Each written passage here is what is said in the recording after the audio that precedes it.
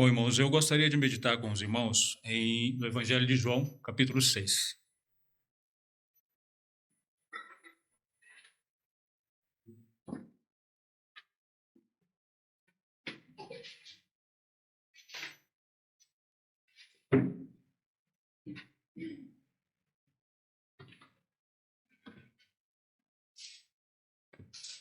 Nós passamos um bom tempo, estudando esse Evangelho. Eu, graças a Deus, aprendi algumas coisas e sempre acho que tem espaço para aprender mais coisas na palavra de Deus. E sempre que possível também estarei novamente. Não significa que os irmãos me aguentaram um ano aí que eu nunca mais vou pregar no Evangelho de João, né? Sempre que possível estaremos meditando juntamente aí com os irmãos no Evangelho de João. Nós iremos meditar dos versículos 60 a 71 do capítulo 6. Esse é um capítulo que eu gosto, e principalmente os últimos versículos desse capítulo. Claro que todo ele tem vários ensinamentos, mas esses últimos me chamam bastante atenção. Eu gostaria de fazer a leitura juntamente com os irmãos. Diz assim a palavra do Senhor, Evangelho de João, capítulo 6, versículos 60 em diante. Muitos, pois, dos seus discípulos, ouvindo isso, disseram-lhe: duro é esse discurso, quem o pode ouvir? Sabendo, pois, Jesus em si mesmo que os seus discípulos murmuravam disso, disse-lhes: isto escandaliza-vos? Que seria, pois, se visseis subir o Filho do Homem para onde primeiro estava? O Espírito é o que vivifica, a carne para nada aproveita. As palavras que eu vos digo são Espírito e vida. Mas há alguns de vós que não creem, porque bem sabia Jesus desde o princípio quem eram os que não criam e quem era o que o havia de entregar. E dizia: por isso eu vos disse, que ninguém pode vir a mim se por meu Pai não lhe for concedido.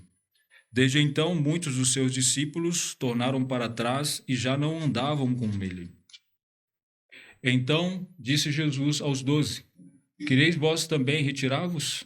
Respondeu-lhe, pois, Simão Pedro: Senhor, para quem iremos nós? Tu tens as palavras da vida eterna, e nós temos crido e conhecido que tu és o Cristo, o Filho do Deus vivente. Respondeu-lhe Jesus: não vos escolhi a vós os 12? E um de vós é um diabo. E isso dizia ele de Judas Iscariotes, filho de Simão, porque este o havia de entregar, sendo um dos 12. Bom, irmãos, no subtítulo que foi colocado aqui na minha Bíblia está a deserção de muitos discípulos.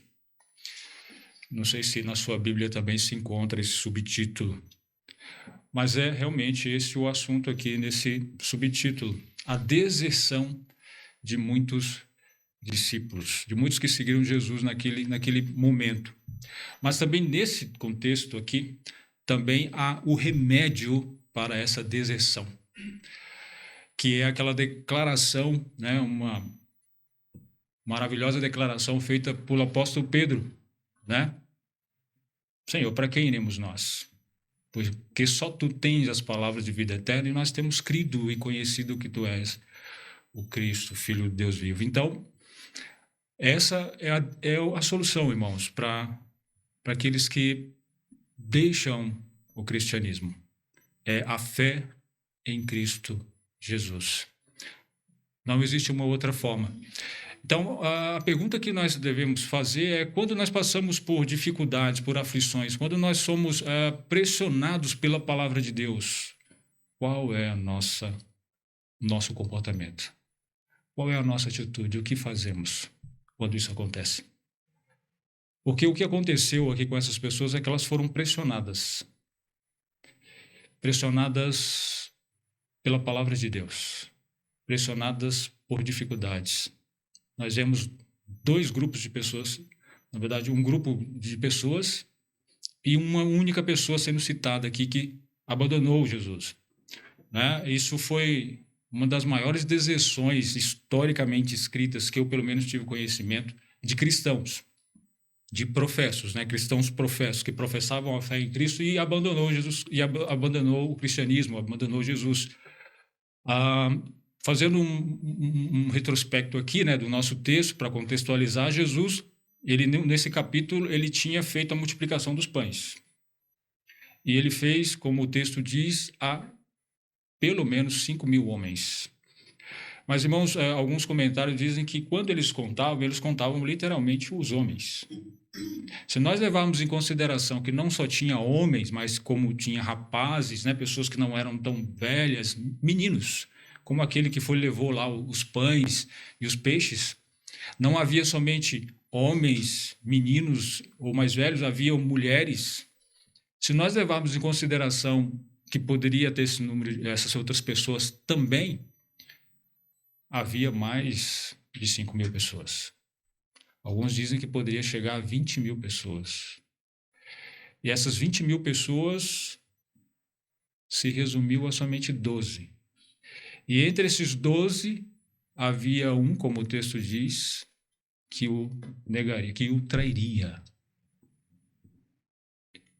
O que aconteceu para que esse número de pessoas se afastasse da fé cristã, se afastasse de Jesus Cristo? Jesus precisava aqui de um curso de liderança? Precisava ser mais eloquente do que ele era ou de ter mais autoridade do que ele tinha na palavra para manter aquelas pessoas ali? Não, nós sabemos que não. Não houve alguém mais eloquente ou que tinha mais autoridade na palavra do que Jesus. Mas, irmãos, havia algumas barreiras que essas pessoas deveriam transpor. E essas barreiras, elas só são transpostas, só são transpostas, né? Se a pessoa crer em Cristo. Não há uma outra forma. Então, irmãos, existem verdades na palavra de Deus as quais são difíceis de entendermos e muitas das vezes difíceis até de aceitarmos. E isso precisa ser transposto. E só é possível pela fé. Não há uma outra forma. Às vezes as pessoas deparam com textos da palavra de Deus e que, poxa vida, isso aqui é difícil de entender ou é difícil de aceitar, né? Tem aqueles textos que falam sobre o papel da mulher, aqueles textos que falam sobre a pureza sexual. São coisas que às vezes pressionam o crente, pressionam as pessoas sobre a homossexualidade, né? Sobre o pecado. Coisas que às vezes não caem muito bem. E só se aceita pela fé em Jesus Cristo. Aquelas pessoas, irmãos, eles foram a Jesus Cristo com motivações erradas. O próprio Jesus Cristo as exortou quando eles, após Jesus haver feito a multiplicação dos pães e alimentado aquela multidão de pessoas, eles foram atrás de Jesus e Jesus disse a eles, né, no versículo 26, Jesus respondeu e disse: na verdade, vos digo que me buscais não pelos sinais que vistes, mas porque comestes do pão e vos saciastes. Trabalhai não pela comida que perece, mas pela comida que permanece para a vida eterna, a qual o Filho do Homem vos dará, porque a este o Pai, Deus, o selou. Então, Jesus Cristo mostra a eles que a motivação pelo qual eles estavam buscando a Jesus Cristo era errada, era meramente material, era meramente para encher as suas barrigas de pão, somente isso. Eles estavam atrás de Jesus Cristo para satisfazer as suas necessidades materiais. Jesus Cristo começou a mostrar a eles uma necessidade que eles tinham, que era espiritual. E quando Jesus Cristo começou a apresentar isso a eles, eles tropeçaram na pregação de Jesus Cristo. Quando Jesus Cristo começou a mostrar para eles que ele era o alimento que desceu do céu, o pão que dá a vida, aquelas pessoas tropeçaram naquilo que Jesus estava afirmando e diziam, né? Vou ler aqui onde Jesus afirma, no versículo 35. E Jesus lhe disse: eu sou o pão da vida. Aquele que vem a mim não terá fome, e quem crê em mim nunca terá sede. No versículo 41, fala assim: murmuravam, pois, dele os judeus, porque dissera: eu sou o pão que desceu do céu. Eles murmuravam entre si, porque eles não concordavam com o que Jesus estava dizendo, eles não aceitavam aquilo. E geralmente, quando as pessoas elas ouvem palavras que são difíceis, elas logo argumentam, né? Elas querem tirar a credibilidade, às vezes, do pregador, às vezes do texto bíblico, né? Como essas pessoas aqui fizeram, e diziam, no versículo 42, não é este Jesus, o filho de José, cujo pai e mãe nós conhecemos? Como, pois, diz ele, desci do céu? Geralmente as pessoas se armam quando elas vão ouvir a palavra de Deus. Algumas pessoas elas tendem a se armarem, a colocar uma barricada, proteção para que a palavra de Deus não a atinja. E esses são os tipos de proteção que as pessoas se levantam. Elas tiram a credibilidade daquele que está trazendo a mensagem ou tiram a veracidade daquela mensagem. Aqueles homens não estavam acreditando que Jesus era o pão do céu, que ele poderia ter descido do céu. Eles não estavam aceitando tal mensagem. Isso estava sendo um tropeço para eles. E Jesus disse, versículo 61, sabendo, pois, Jesus em si mesmo, que os seus discípulos murmuravam disso, disse-lhe, isso escandaliza-vos? Jesus sabia que aquelas pessoas estavam murmurando por causa dessa mensagem, por ele afirmar que ele era o pão vivo que desceu do céu. E não somente isso. Jesus disse que ele era o alimento que eles deveriam comer, que eles deveriam comer a sua carne e beber o seu sangue. Jesus sabia que eles estavam murmurando, questionando sobre o que ele estava dizendo, mas Jesus não, ele não amaciou. Ele não deu voltinhas, ele continuou falando que eles deveriam comer a sua carne, beber o seu sangue. Irmãos, percebe que essas pessoas não se achegaram a Cristo com corações ensináveis, procurando conhecer mais do Senhor. Eles não chegaram a Cristo e falaram assim, Senhor, nós não estamos entendendo bem o que o Senhor está dizendo. O Senhor poderia nos explicar. Não foi dessa forma que eles achegaram. Eles achegaram a Cristo armados com barreiras contra aquilo que Jesus Cristo estava pregando, contra aquilo que Jesus Cristo estava ensinando. Se alguém chega à palavra de Deus dessa forma, dificilmente ela se desenvolverá no seu caminhar com o Senhor. No seu caminhar com Deus. Quando nós já chegamos à palavra de Deus, para ouvir a palavra de Deus, nós temos que estar receptivos a ouvir, a entender, a compreender aquilo, para que possamos colocar em prática, para que aquilo seja uma realidade nas nossas vidas. Mas precisa-se ter a disposição de ouvir e entender aquela palavra. Não houve isso daquelas pessoas. E eles estavam totalmente armados. Por isso chegaram àquela conclusão. Duro, né? Duro é esse discurso. Quem o pode ouvir? Irmãos, se eles não estavam preparados para ouvir aquilo que Jesus já tinha dito, muito menos ouvir coisas maiores que Jesus tinha a dizer. Porque Jesus fala, né? Se isso escandaliza, esse versículo 62, ele fala assim, que seria, pois, se visseis subir o Filho do Homem para onde primeiro estava? Jesus aqui, ele ascenderia ao céu após a sua morte. Após a sua ressurreição, né? Ele morreria, ressuscitaria e depois ascenderia ao céu. Só que essa não era a ideia dos judeus naquela época. Uma das coisas as quais muitas pessoas precisam nós precisamos vencer quando estamos indo em direção à palavra de Deus, são os nossos pré-conceitos, né? Nós criamos alguns conceitos por causa da nossa cultura, ou até mesmo por causa da nossa religião. Criamos alguns conceitos e esses conceitos nos impedem de nos achegarmos à palavra de Deus.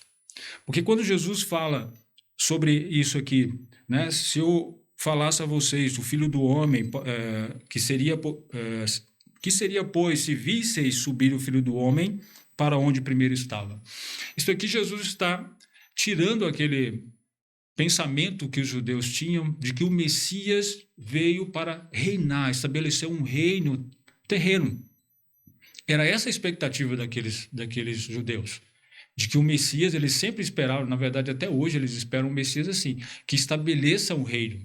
Naquela época eles estavam esperando um Messias que, juntamente com aquele povo, vencesse o Império Romano e estabelecesse um grande reinado do povo de Israel. Era essa a expectativa que eles tinham. Eles não esperavam o Messias que fosse morrer, muito menos que dar a sua carne, o seu sangue para que eles comessem e bebessem, mas que ele reinasse, que ele não morresse. E Jesus mostra que ele iria morrer e que ele iria ressuscitar, ele que ia ascender ao céu.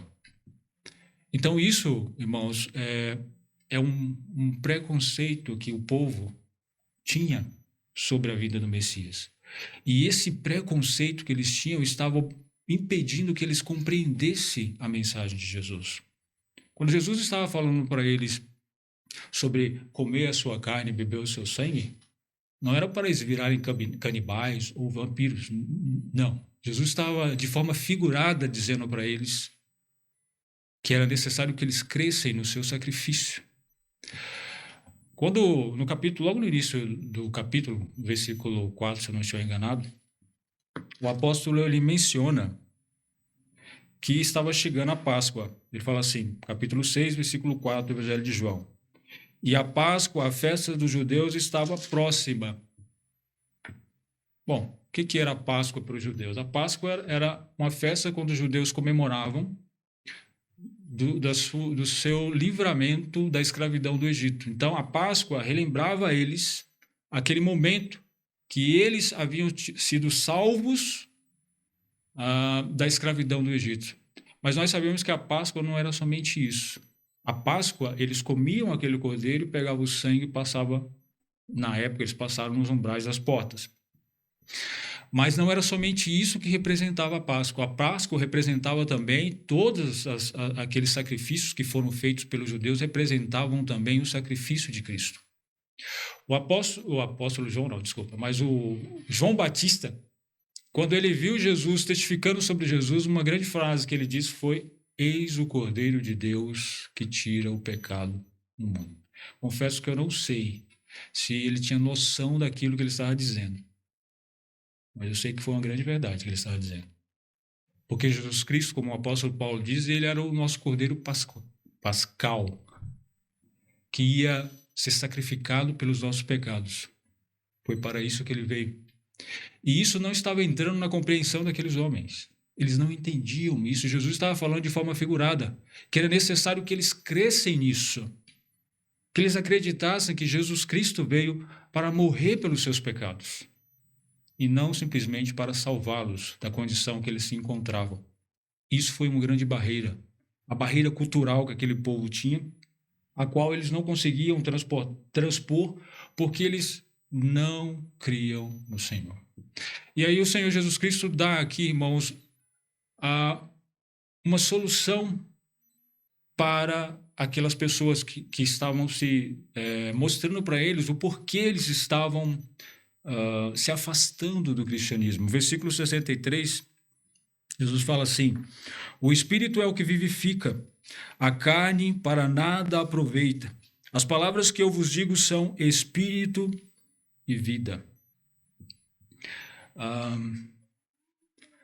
Para nós nos submetermos, irmãos, à palavra de Deus, para nós nos submetermos aos pontos difíceis que a palavra de Deus nos ensina, né, que muitas das vezes nós olhamos e não aceitamos muito bem, para que aquelas pessoas se submetessem a isso, Jesus que está dizendo, ó, necessário vos é nascer de novo.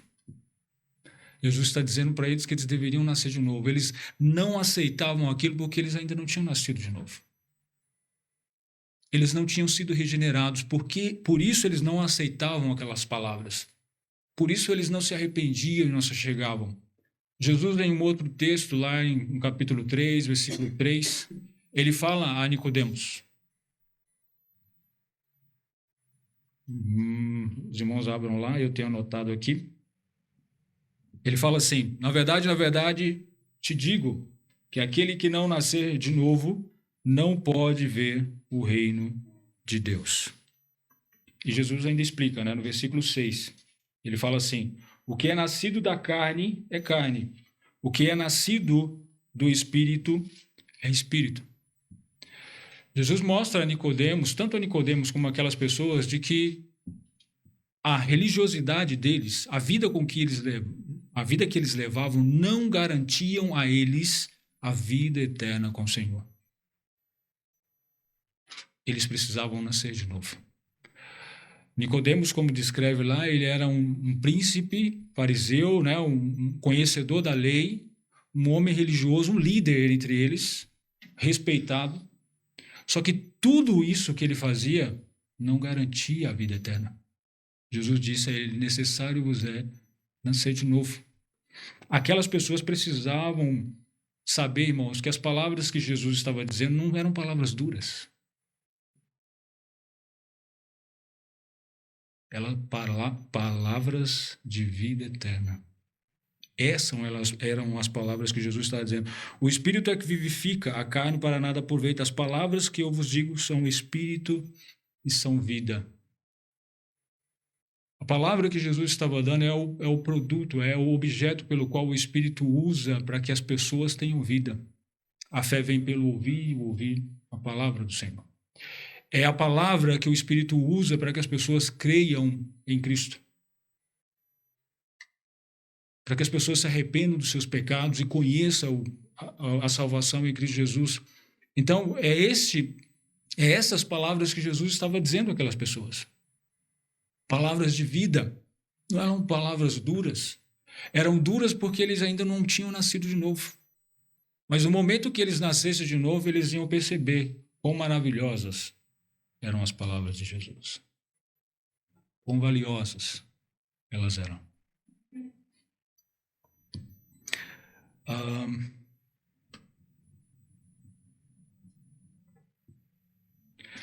Irmãos, para nós nos submetermos à palavra de Deus, às duras verdades que a palavra de Deus nos mostra, muitas vezes nós temos que nos submeter à soberania de Deus nas nossas vidas e em todas as coisas. No versículo 64, mais uma vez, Jesus faz uma afirmação de que ele já tinha feito, né? Ele fala assim, mas há alguns de vós que não creem, porque bem sabia Jesus, desde o princípio, quem eram os que não criam e quem eram os que criam.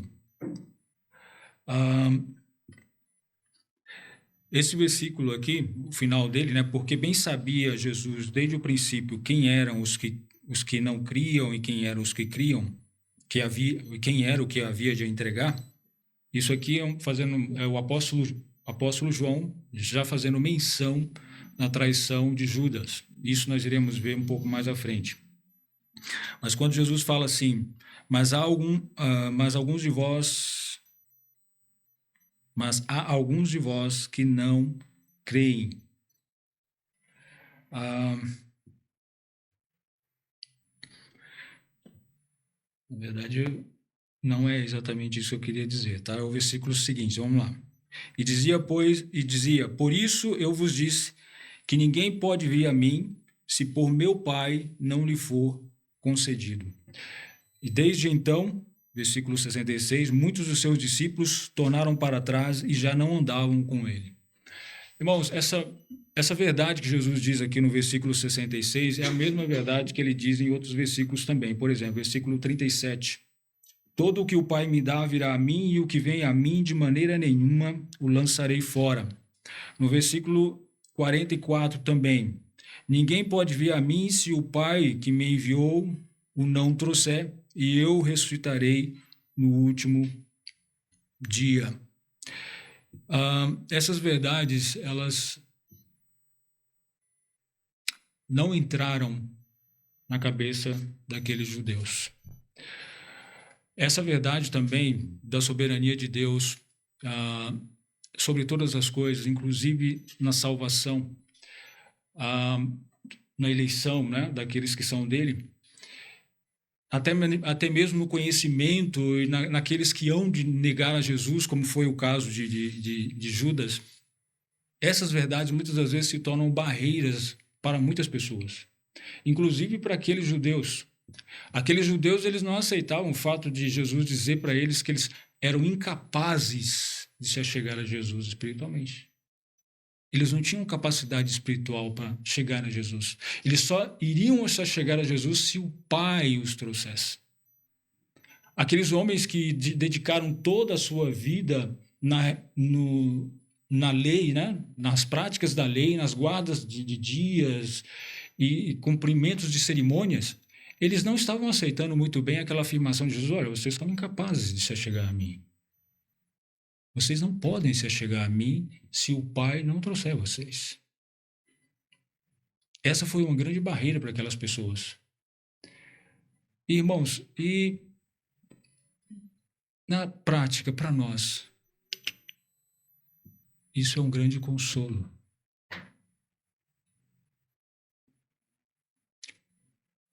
Saber que o se achegar a Deus não está em condicionamento com o que eu sou, ou o que você é, ou com as suas forças, mas com o que Cristo fez e com a graça de Deus.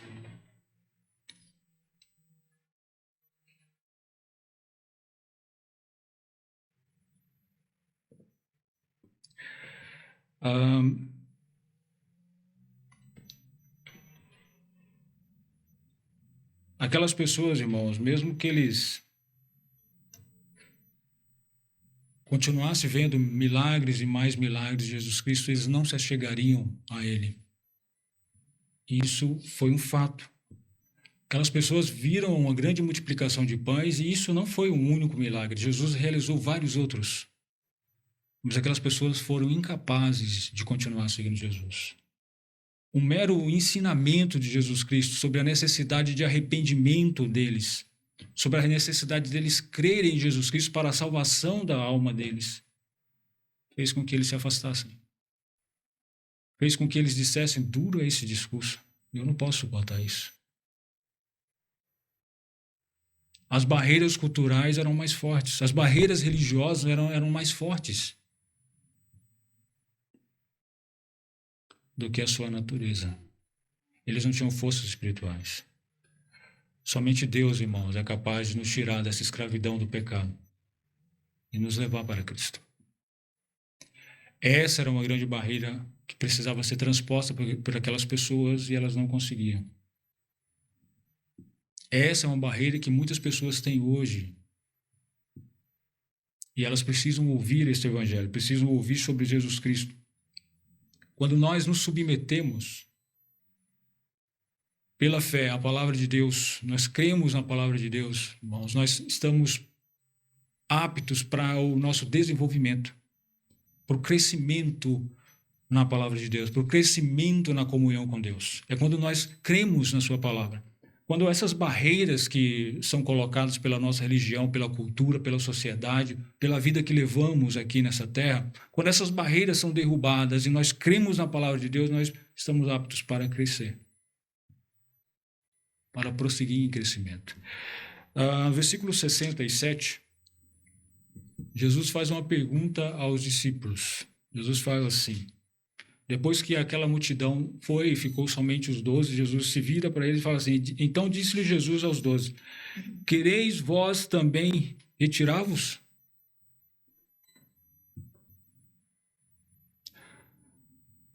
É uma pergunta dura, né? Jesus não... Mas Jesus sabia a resposta. Jesus fez essa pergunta porque ele sabia que aqueles discípulos não iam seguir a multidão. Jesus fez essa pergunta porque ele queria provar a fé daqueles homens. Jesus fez essa pergunta porque ele já estava preparando aqueles homens para o que viria. Aqueles discípulos, irmãos, eles criaram uma expectativa sobre Jesus, a qual naquele momento estava se desmanchando. Porque os discípulos, assim como aquela multidão, eles estavam esperando, os discípulos que eu estou me referindo são os 12, assim como a multidão que abandonou, os discípulos, eles estavam esperando que Jesus fosse o Messias, que reinasse também, terrenamente. Se você atentar lá para o Atos capítulo 1, versículo 6, se eu não estiver enganado, quando Jesus está para ascender ao céu, sabe qual é a pergunta que eles fazem? Senhor, é agora que o Senhor vai estabelecer o reino a Israel? Até os próprios discípulos, aqueles 12 que foram fiéis ao Senhor, aqueles que foram até o final, ficaram com o Senhor até a sua ascensão, eles precisavam derrubar as barreiras do seu preconceito, da sua cultura que ensinava coisas erradas, que não estavam em conformidade com a palavra de Deus. Então, esses homens que estavam criando uma expectativa, porque essa multidão, né, que nós dissemos ali, né, de mais de 5.000 pessoas, essa multidão estava querendo proclamar Jesus como rei. Acho que eles imaginaram assim, puxa vida, é agora que Jesus vai ser proclamado rei de Israel e nós iremos governar juntamente com ele. E aquela multidão seguindo Jesus, e aí Jesus começa a falar à multidão que era necessário que eles comessem a sua carne e bebessem o seu sangue, e aquela multidão se escandalizou com os ensinamentos de Jesus e se afastou. Esses discípulos, meio decepcionados com o que estava acontecendo, meio desanimados, Jesus chega para eles e fala assim: vocês também querem ir? Irmãos, às vezes nós somos bombardeados com algumas dificuldades como cristãos. E Jesus pergunta: você também quer ir? Qual o seu comportamento? Quando passamos por aflições nesta vida, por dificuldades, quando a palavra de Deus parece não cumprir nas nossas vidas, quando as promessas que Deus faz, às vezes parece, nós entendemos errado, né? E parece que não estão sendo cumpridas. O que nós fazemos? Jesus perguntou para aqueles homens, provando a fé deles. E João, o apóstolo Pedro, tomando a frente, ele fez uma grande declaração aqui. Ele diz assim, versículo 68. Respondeu-lhe, pois, Simão Pedro: Senhor, para quem iremos nós? Tu tens as palavras de vida eterna. Irmãos, quando nós estamos passando por aflições, momentos difíceis, dificuldades, acho que uma das perguntas que nós deveríamos fazer, quando pensamos assim, né? Porque tem algumas dificuldades que parece que nos desanimam, né? Falando assim, eu não vou mais servir, eu não vou mais para a igreja. Então, antes de você falar assim, pense o seguinte: se eu não for, para onde eu vou? Aquelas pessoas, aquela multidão, ela voltou à sua religiosidade, à sua confortável religiosidade. Mas era uma religiosidade ignorante, porque ignorava a condição que eles viviam de pecado. Aquelas pessoas acreditavam pelo fato deles serem descendentes físicos de Abraão, Isaac e Jacó, por terem nascidos dessa descendência, eles mereciam, eles herdariam o céu, eles estariam com o Senhor eternamente. Só que isso era uma ignorância na religião deles. Jesus mostra para eles que eles precisam nascer de novo. Então, muitas pessoas, elas se voltam à sua religiosidade. como aquelas pessoas. Irmãos, tem muitas coisas às quais nós podemos crer fora de Cristo, mas todas essas coisas elas estão fadadas ao fracasso. E uma delas é a religiosidade. É você estar voltado a uma religiosidade e não a Cristo. Uma outra coisa, sabe o que é? É o dinheiro, o sucesso, o que as pessoas muito buscam hoje, né? Sucesso, dinheiro, né? Reconhecimento e tal. Judas buscou isso. Provavelmente Judas só seguiu a Cristo porque ele estava vendo ali uma possibilidade de sucesso. Porque ele possivelmente estava enxergando que no reinado de Jesus Cristo ele teria uma vida próspera, porque ele reinaria juntamente com Jesus Cristo. Jesus Cristo sendo o Messias, ele reinaria juntamente com Cristo, estabelecendo um reino com Cristo na terra. Só que isso começou a dar errado. Ele viu que Jesus cada vez mais falava da sua morte, que os líderes judeus cada vez mais queriam matar Jesus, tirar a vida de Jesus. Ele viu que isso não estava dando certo e ele, vamos lá, se resgatou, né? Saiu daquele meio e falou assim, não foi para isso que eu me inscrevi. Não foi para isso que eu me filiei. Então ele foi vender Jesus por míseras 30 moedas de prata. Depois de ter vendido Jesus, ele reconheceu o que ele fez, teve um grande remorso, jogou aquelas moedas no templo e foi se enforcar. Mas não encontrou arrependimento. Mero remorso. Então muitas pessoas, elas se voltam ao dinheiro achando que lá vai achar um refúgio.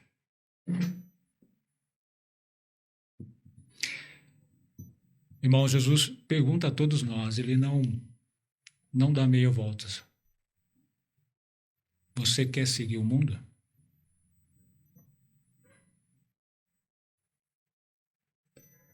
Nós deveríamos falar com Pedro, para onde, Senhor? Mas para onde? Seguir o mundo? Seguir o quê? Para onde iremos nós? Pedro diz mais, só tu tens as palavras de vida eterna. Irmãos, a vida eterna é uma realidade. Até hoje a ciência busca uma resposta em onde está a vida, né?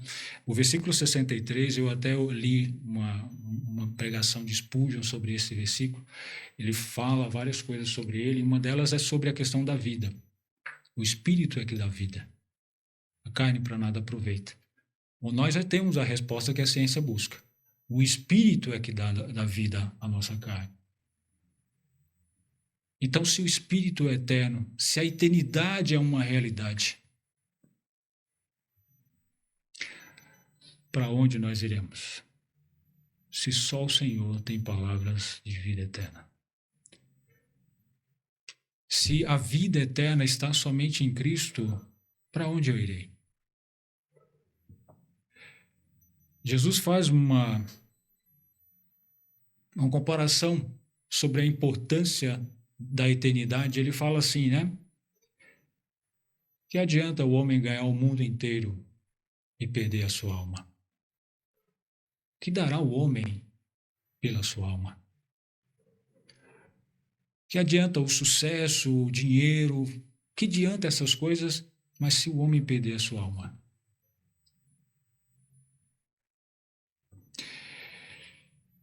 Nós sabemos, irmãos, todo aquele que tem certeza da vida eterna, ele sabe, não adianta nada. Então, se a palavra de Deus confrontar você e falar assim, olha, você quer seguir o mundo?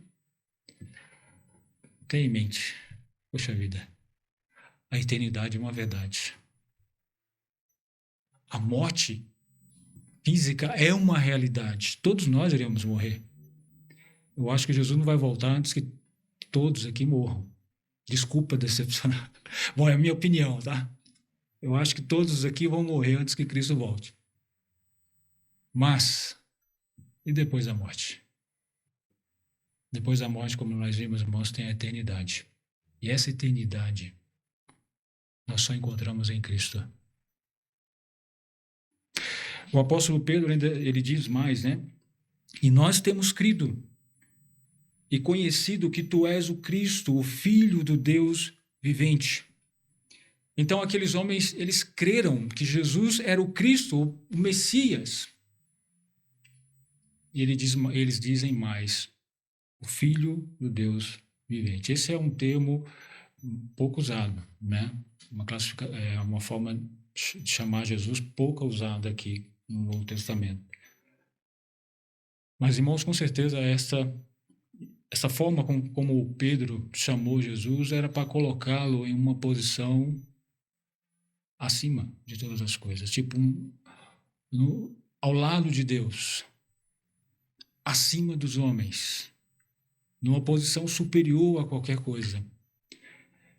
Nós vemos na palavra de Deus que não há nada superior a Cristo. Então, aqueles homens, mediante aquela pergunta de Jesus, eles não poderiam ter uma outra reação, porque não haveria nada superior a Jesus, nada que fosse mais santo, mais justo, mais poderoso.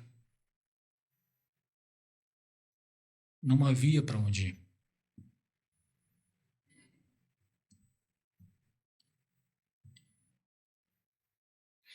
Então, irmãos, sempre devemos nos perguntar: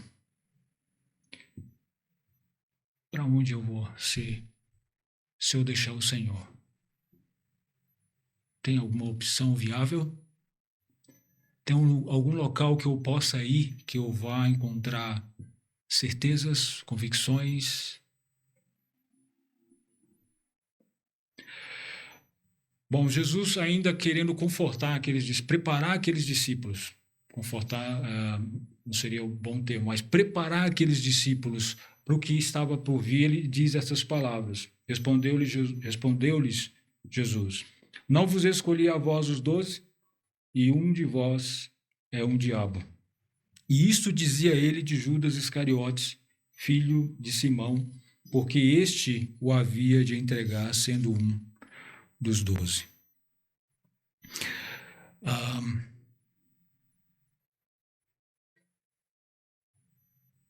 Deixa eu chegar aqui. Irmãos, eu li uma frase bem interessante de Martin Lloyd Jones. Ele fala assim, um pedaço do texto que ele fala, eu peguei só uma frase, ele fala assim: para medir o amor de Deus, primeiro você precisa descer antes de subir. O que seria isso? Né? Com o resto do texto fica mais fácil, mas eu vou tentar explicar para vocês. Para nós entendermos melhor o amor de Deus, nós precisamos descer antes de subir. Ou seja, nós precisamos entender a pecaminosidade do nosso pecado. O quão terrível é o pecado. Perverso.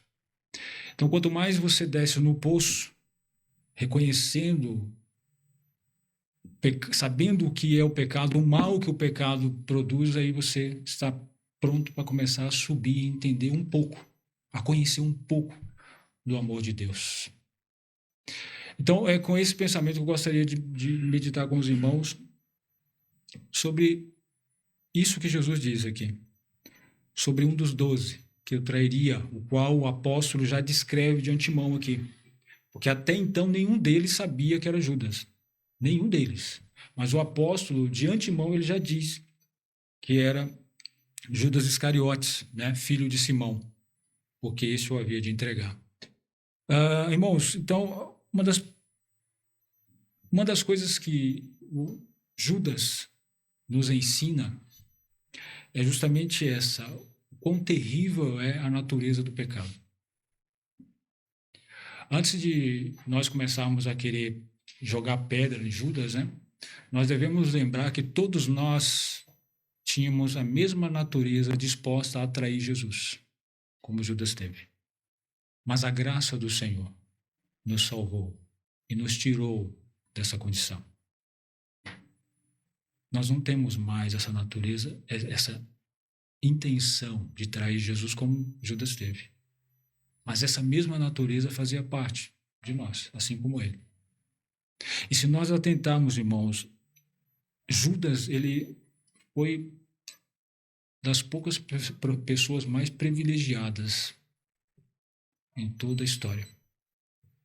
Ele foi um dos 12 que pôde andar com Jesus lado a lado, ouvir os ensinamentos de Jesus, não somente aqueles ensinamentos públicos, mas os ensinamentos pessoais. Sabe quando Jesus pega os 12 ali e conversa particularmente com eles? Judas estava entre eles. E não somente isso. Ele viu os sinais que Jesus realizou, os milagres que Jesus realizou. Irmãos, no final do Evangelho de João, o apóstolo ele fala assim que muitas outras coisas Jesus fez que se fosse escrever nos livros não caberia. Que os sinais que ele colocou, ele selecionou alguns sinais para que as pessoas crescem que Jesus é o Cristo. Houve muitos outros sinais que eles fizeram, que Jesus fez, que Judas presenciou. Mas, no entanto, ele não se arrependeu. Ele negou Jesus, ele traiu Jesus. Irmãos, muitas pessoas, até os dias de hoje, acham que Jesus Cristo veio para dar somente o exemplo, para ser um grande exemplo de pessoa e nós seguimos o exemplo. Não, Jesus não veio somente para isso. Por quê? Porque Judas continuou nos seus pecados.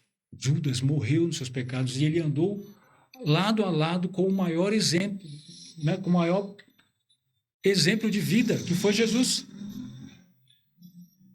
O homem precisa muito mais do que um exemplo de vida. Ele precisa da graça de Deus na sua vida para se achegar a Cristo. Ele precisa que Deus abra os seus olhos para que ele creia em Cristo.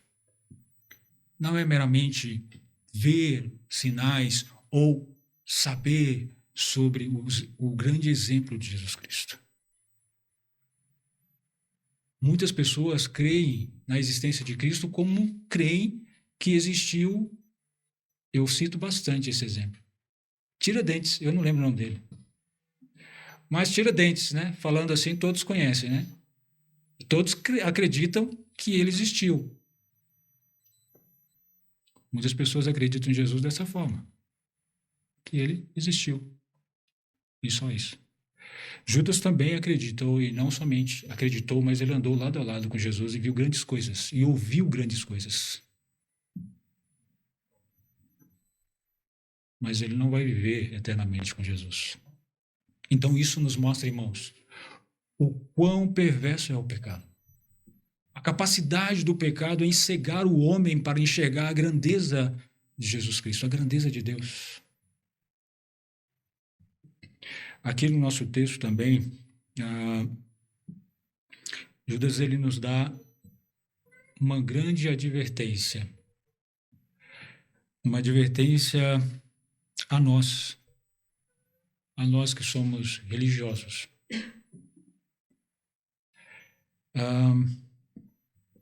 Irmãos, a pessoa religiosa, muitas vezes, muitas pessoas religiosas, elas têm uma dificuldade de enxergar a necessidade do novo nascimento. Eu não nasci em um lar cristão, mas eu cresci praticamente em um lar cristão, porque quando minha mãe se converteu, eu era pequeno ainda. Então, ou seja, eu tenho aí 40 anos numa convivência de lar cristão. Talvez você tenha nascido em um lar cristão. Mas uma das coisas que muitas das vezes nos cega na nossa religiosidade é justamente isso. Nós aprendemos muitas coisas sobre a religião. Nós aprendemos, né? O pastor cita aqui algumas vezes, jargões cristãos, né? Aquelas frases sobre o cristianismo. Nós gravamos textos bíblicos. Nós participamos de muitas coisas, muitos ministérios, né? Cantamos, né? Tocamos teclado e até pregamos. Fazemos curso de teologia, etc. mas não nascemos de novo. Esse é o grande problema na religião, irmãos. Religião evangélica. Muitas pessoas nascem, passam a sua vida inteira sem reconhecer a necessidade de um novo nascimento. Judas passou todo o tempo com Jesus Cristo sem reconhecer a necessidade de um novo nascimento. Sabe um grande homem na história bíblica que também foi assim? O apóstolo Paulo. Ele foi um grande homem religioso. Ele foi um dos homens mais zelosos na sua religião, porque, como ele mesmo diz, perseguiu a igreja de Cristo. Ele perseguiu a igreja de Cristo porque acreditava que aqueles homens estavam apostatando da fé judaica, e por isso perseguiu grandemente eles, até Deus o derrubar no caminho para Damasco e mostrar para ele Cristo. E ele percebeu, irmãos, que toda a sua autojustiça, tudo o que ele tinha em comparação com Cristo era lixo. Tudo não servia para nada. Então, muitas pessoas, infelizmente, elas estão impedidas de se achegar a Cristo por causa da sua religião, porque simplesmente não enxergam a necessidade de nascerem de novo. Então fica aí o aviso de Judas. Precisa nascer de novo. Porque você pode estar muito próximo da salvação e ao mesmo tempo muito longe. Judas esteve muito próximo do Salvador, mas esteve o tempo todo na condenação. Aqui também, irmãos, sobre Judas, né? Nós podemos ter mais alguns ensinamentos, como o próprio texto nos mostra, né? Nós podemos ter muitos hipócritas seguindo a Jesus.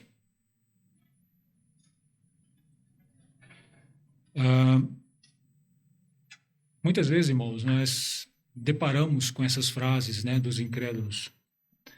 Os incrédulos geralmente usam isso como desculpa. Eu não vou para as igrejas evangélicas porque lá eles têm muitos hipócritas, muita gente hipócrita.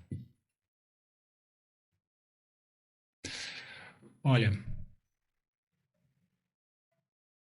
é verdade, pode ser. Pode ser que realmente tenha gente hipócrita no meio cristão. Assim como tem no mundo. No mundo também tem muita gente hipócrita. Mas o fato, irmãos, de entre os 12 ter um hipócrita ali, isso não anula quem Jesus Cristo foi, quem Jesus Cristo é. E essa é a questão. As pessoas não devem estar olhando para a igreja para ver se tem um hipócrita, 2, 3, 4. Ele tem que estar olhando para Cristo. O fato de Judas ser um hipócrita não anulou quem Cristo foi, quem Cristo é para nós. Então as pessoas têm usado isso como barreira. Então a única preocupação que a pessoa tem que ter é falar assim, quem Cristo é para mim? A única dúvida que ela tem que tirar é se ela é ou não um hipócrita. Porque no meio cristão sempre terá hipócritas. O Senhor Jesus já alertou muito sobre isso, o apóstolo Paulo, as Escrituras, ela alerta sobre isso. E no meio teria falsos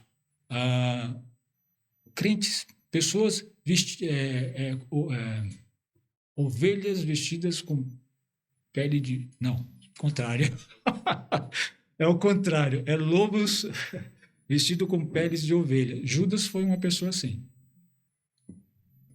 Ele foi verdadeiramente um lobo com pele de ovelha. Por quê? Porque, irmãos, nenhum dos discípulos sabia que ele era um traidor. Nenhum. Quando Jesus falou sobre isso, que entre eles havia um que trairia, eles começaram a se questionar, né? Isso em outro evangelho fala, olha, Senhor, não sou eu, sou eu. Eles começaram a se questionar porque eles falavam assim, puxa vida, quem será?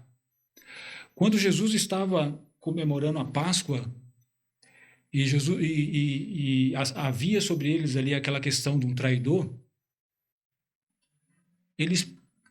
Pedro, né, dá um sinal para que João pergunte a Jesus quem seria, porque eles não faziam ideia de quem poderia ser. Judas fez bem o seu papel, como hipócrita, como um traidor.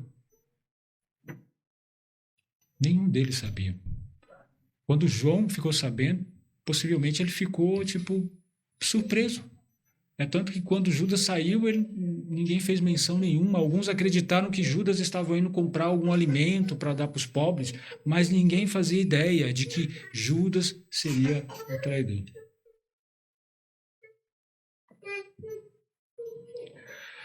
Irmãos, os hipócritas, eles podem enganar as pessoas. E isso é fato, eles enganam facilmente. Mas nunca enganarão o Senhor. Judas nunca enganou Jesus Cristo. Jesus Cristo sabia exatamente quem ele era e o que ele faria. Jesus Cristo conhece o coração de cada um de nós, sabe o porquê nós estamos aqui, o que nós fazemos por ele e o porquê fazemos. O que nos motiva, o que nos leva a estar na igreja, o que nos leva a fazer todas as coisas que fazemos aqui reunidos. Quais são as nossas motivações? Ele sabe o nosso coração. Então, podemos enganar as pessoas. Alguém pode ser hipócrita ao ponto de enganar os outros, mas não Deus. Judas nos alerta sobre as nossas motivações, irmãos, o que nos leva a buscar o Senhor. Como eu falei, Judas estava buscando a Cristo porque ele tinha intenções materiais. Ele achava que se Cristo estabelecesse o reino lá no povo de Israel, ele seria uma grande pessoa. Quando ele viu que isso não ia acontecer, ele entregou Jesus. O que nos motiva a buscar Jesus? Qual é a nossa motivação? Irmãos, às vezes pode ser que começamos da mesma forma, uma intenção egoísta, querendo alguma coisa da parte de Deus, querendo que Deus nos abençoasse de alguma forma, né? Alguma necessidade material, alguma necessidade física, né? Alguma doença, alguma coisa, alguma necessidade sentimental, sei lá. Existem várias coisas pelas quais as pessoas buscam a Deus, se achegam a Deus às vezes, e necessidades egoístas mesmo. Mas a questão é, quando você se depara com algo que não está em conformidade com com os seus interesses, o que você faz? Você diz, olha, que mensagem dura, viu? Eu não vou querer isso para minha vida, não, e vai embora? Ou você faz como Judas, você simplesmente vende Jesus, traz Jesus?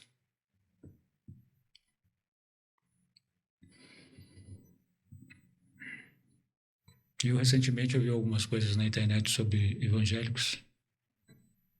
Não aconselho ninguém a fazer isso. É aterrorizante as coisas que acontecem. Como as pessoas têm blasfemado contra o Senhor. E isso eu estou dizendo no meio que se diz evangélico.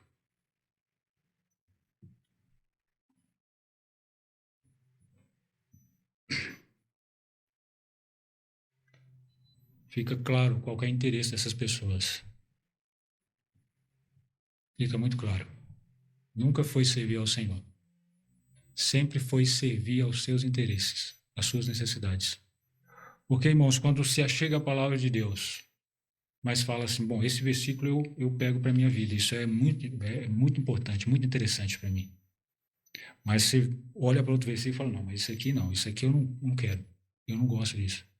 Quem é o Senhor da sua vida? Com certeza não é Jesus Cristo. Porque se Jesus é o Senhor da minha vida, eu preciso aceitar toda a sua palavra. Não tem como aceitar Jesus e não aceitar a sua palavra. Aceitar o que ele diz. Ou aceitar parcialmente. Não existe isso.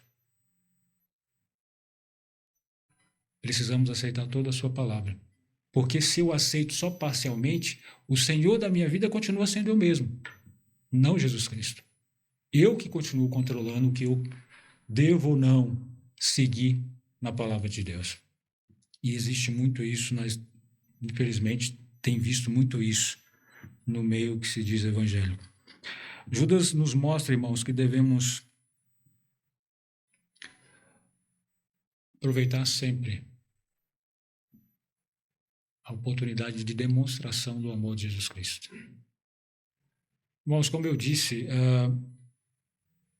nenhum dos discípulos sabia quem era o traidor. Sabe por quê? Porque Jesus não fez discriminação. Jesus, sabendo que Judas era o traidor, ele não tratou diferente dos outros. Ele tratou igual. Do mesmo jeito. Judas teve os mesmos privilégios que os outros discípulos. Tem uma ocasião que Jesus lava os pés, demonstrando àqueles discípulos um grande amor. E sabe o que ele faz? Com os pés de Judas, ele lava também.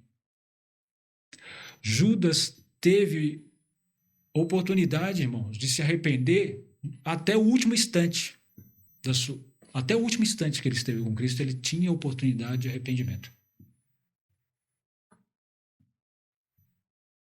Mas ele não viu o amor de Deus na sua vida. Ele não viu o amor de Jesus Cristo por ele. Ele não viu a graça de Deus. Ele estava olhando muito para si mesmo, para suas necessidades materiais, para os seus interesses materiais, para enxergar Jesus Cristo. Deus constantemente nos mostra o seu amor, mesmo quando nós nos aprofundamos, irmãos, na perversidade do pecado. É Deus nos mostrando o quanto Ele nos amou, o quanto Ele nos ama. Realmente aquela frase, ela mexeu comigo. Falou assim, olha, você quer conhecer o amor de Deus? Olhe para a sua vida. Olhe o quanto você é pecador e reconheça os seus pecados. O crente, irmãos, a diferença do crente com o incrédulo é que o crente foi aberto os olhos para que ele visse os seus pecados. O incrédulo, ele não consegue ver isso. Ele acha que os pecados não diz nada. Que ele comete um pecado aqui, mas ele faz uma coisa boa ali. E isso compensa os seus pecados e vai fazer com que ele se achegue a Deus.